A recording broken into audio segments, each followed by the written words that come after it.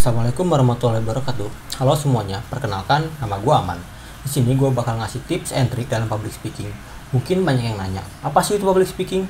Public speaking adalah sebuah seni berkomunikasi yang dilakukan secara lisan untuk menyampaikan ide, gagasan, pesan, dan pendapat yang bertujuan untuk menginformasikan, menghibur, mempengaruhi, dan dilakukan di depan audiens dengan metode dan struktur tertentu. Sebelum kita mulai, kalian suka nggak sih ngerasa takut, grogi, cemas, atau sekedar gak nyaman saat berbicara di depan orang? Nah, perasaan-perasaan yang muncul ini bisa dibilang merupakan hal-hal yang sangat wajar. Apalagi kalau kalian baru pertama kali atau belum pernah berbicara di depan orang. Malah, mungkin orang-orang yang kalian kira jago banget buat public speaking, mereka mungkin masih aja ngerasain gejala-gejala tertentu, kayak kaki gemeteran, pusing, mual, dan sebagainya. Penyebabnya bisa dibilang karena kita ini merasa kurang percaya diri atau pede.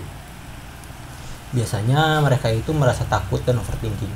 Misalnya kayak waktu presentasi, takut presentasi kita ngebosenin, garing, atau kita takut ditanya-tanya gitu sama dosen waktu kita presentasi. Biasanya kita tuh takut sama hal-hal yang akan terjadi di masa depan, dan malah belum tentu bakal terjadi. Tapi karena kita berpikir seperti ini, akibatnya kita itu menjadi takut dan bakal berdampak buruk ke presentasi yang bakal kita bawain. Nah, kira-kira sekarang gimana sih solusinya? Solusinya adalah kita harus melatih kepercayaan diri kita supaya kita nggak overthinking sama hal-hal yang belum tentu terjadi, supaya kita jadi yakin dan kita bakal terus belajar dan mengembangkan diri kita di bidang public speaking. Nah, gue punya beberapa tips agar kita ini pede dalam berpublic speaking.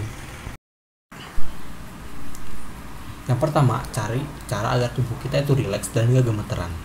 Tiap orang punya caranya masing-masing buat bikin mereka rileks, kayak minum air dulu, dengerin musik dulu, buang air kecil dulu. Jadi kita harus nemuin cara kita sendiri agar kita itu rileks. Yang kedua, visual atau penampilan. Kenapa penampilan itu penting? Karena penampilan adalah hal pertama yang orang akan lihat pada diri kita. Jadi penting bagi kita buat pakai pakaian yang rapi, merapikan rambut kita, memperhatikan bahasa tubuh kita, dan masih banyak lagi.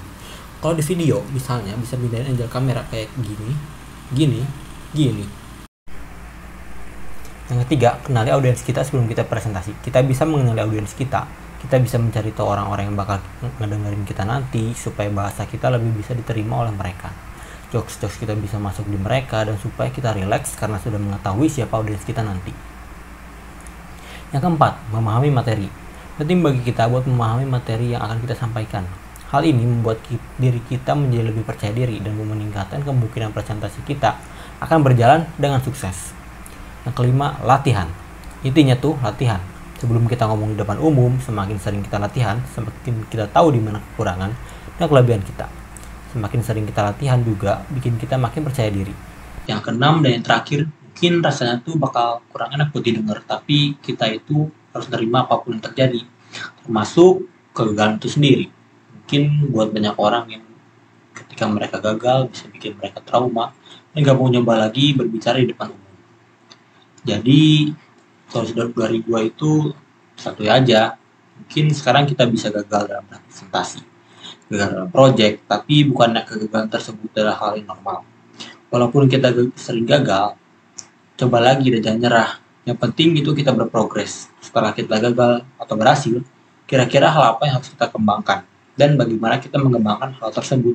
Jadi jangan jadikan kegagalan itu sebagai akhir, tapi jadi kegagalan sebagai awal untuk kita menjadi lebih baik kelak. Jadi yang penting itu kita santuy aja dan anggap kegagalan ini adalah sebuah proses. Kita masih muda dan punya banyak waktu untuk kita mengimprove diri kita. Jadi santuy aja. Kalau sekarang kita gagal, evaluasi diri dan hal apa saja yang bisa kita kembangkan. Kalau misalnya kita jenuh, ya udah nongkrong dulu aja, refreshing dulu aja. Toh kita masih punya banyak waktu juga. Yang penting kita tetap ikhtiar dan ikhlas menjalani apa yang ada di depan kita. Mungkin sekian dari gua. Mohon maaf banyak bila ada kesalahan. Sampai jumpa di lain kesempatan. Wassalamualaikum warahmatullahi wabarakatuh.